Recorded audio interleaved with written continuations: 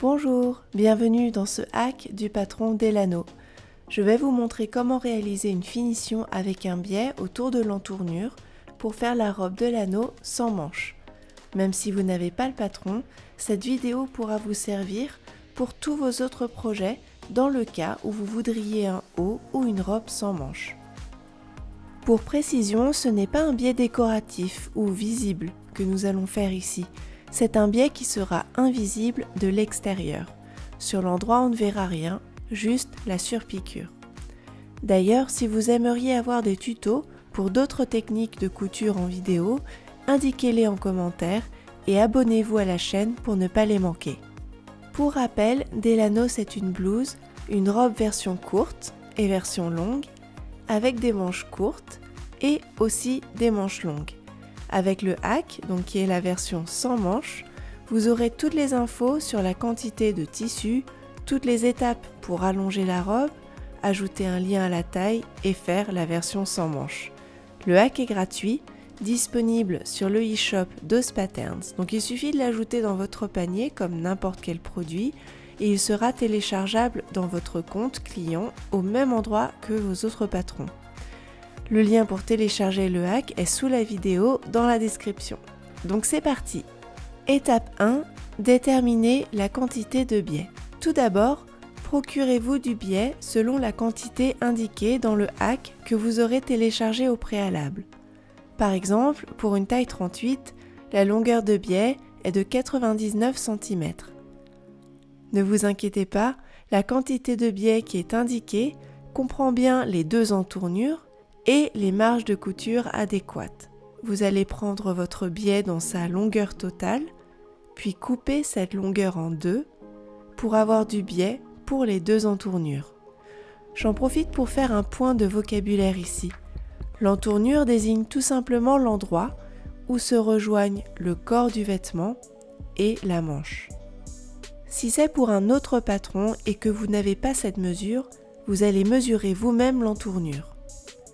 Pour cela, je place mon mètre ruban au niveau de la couture de dessous de bras. Je mesure le dessous en avançant progressivement sans détendre le tissu. Puis je rejoins le point de dessous de bras par l'autre côté. J'ajoute ensuite 1 cm de marge de couture de chaque côté, ce qui fait 2 cm en tout. Puis, vous couperez un autre morceau de biais d'une longueur identique pour l'autre côté. Dans le hack, je vous recommande un biais mesurant 1 cm quand il est replié. Vous pourrez avoir deux types de biais. Un biais fait maison, généralement réalisé à partir d'une bande de 4 cm, ou un biais acheté tout fait dans le commerce, qui fait aussi 1 cm une fois replié, mais qui lui est réalisé à partir d'une bande de 3 cm. Vous pouvez prendre ce que vous voulez pour le hack, les deux marcheront, et je vous expliquerai comment faire dans les deux cas. Étape 2, réaliser la couture préparatoire. Cette couture préparatoire, c'est ce qu'on appelle aussi une couture morte.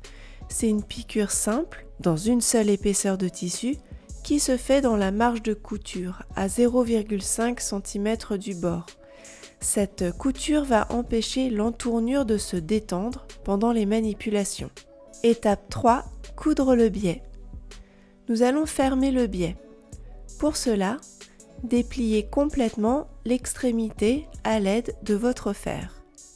Alignez les bords, endroit contre endroit, en épinglant, puis piquez à la machine, à 1 cm du bord.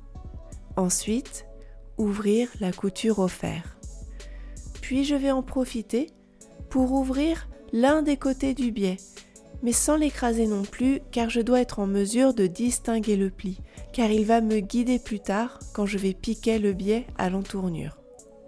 Que votre biais soit un biais maison ou un biais du commerce, cela ne change rien, vous aurez le même résultat, c'est-à-dire le biais est fermé et forme un cercle, il y a un bord déplié et un autre bord qui reste replié. Nous allons épingler le bord déplié du biais tout autour de l'entournure. Si votre biais est un biais du commerce, vous allez suivre la ligne blanche formés par la piqûre morte.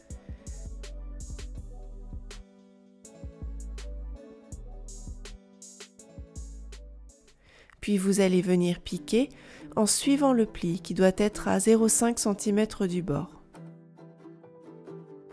Si votre biais est un biais maison, vous allez aligner le biais directement avec le bord de l'entournure et piquer à 1 cm du bord. Évitez de placer la couture du biais en face de la couture côté pour éviter les épaisseurs.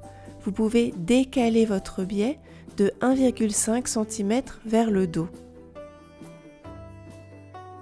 Continuez à épingler pour faire le tour. Puis vous allez piquer à la machine, tout autour à 1 cm du bord.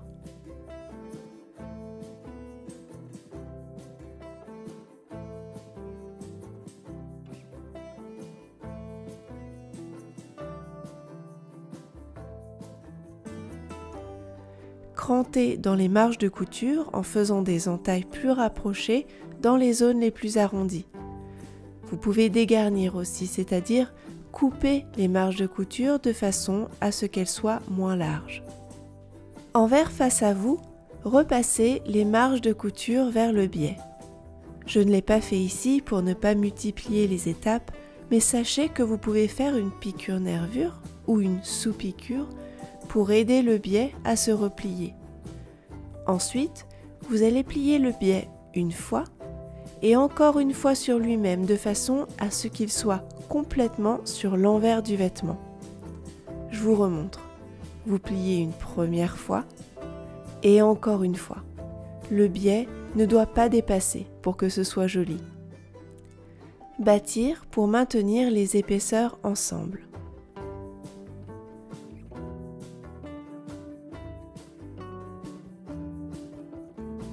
L'endroit est face à vous. Surpiquez juste au bord du biais, en commençant sous le bras, puis en faisant en sorte d'arriver là où vous avez commencé. Retirez vos fils de bâti et repassez. Voilà le résultat.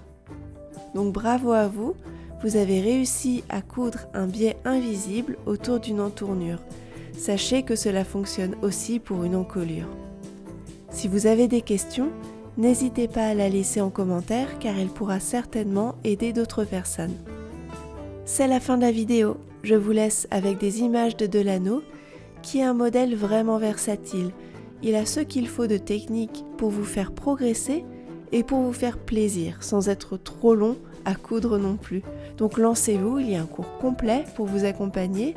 Et si vous faites le hack, eh bien partagez-le avec le hashtag #OzPatterns. J'espère que vous avez passé une bonne expérience couture avec OzPatterns et que cette robe vous rappellera votre force et les choses merveilleuses que vous êtes capable de faire. En attendant la prochaine vidéo, retrouvez-moi sur Instagram ou sur le site oz-patterns.com. À très bientôt.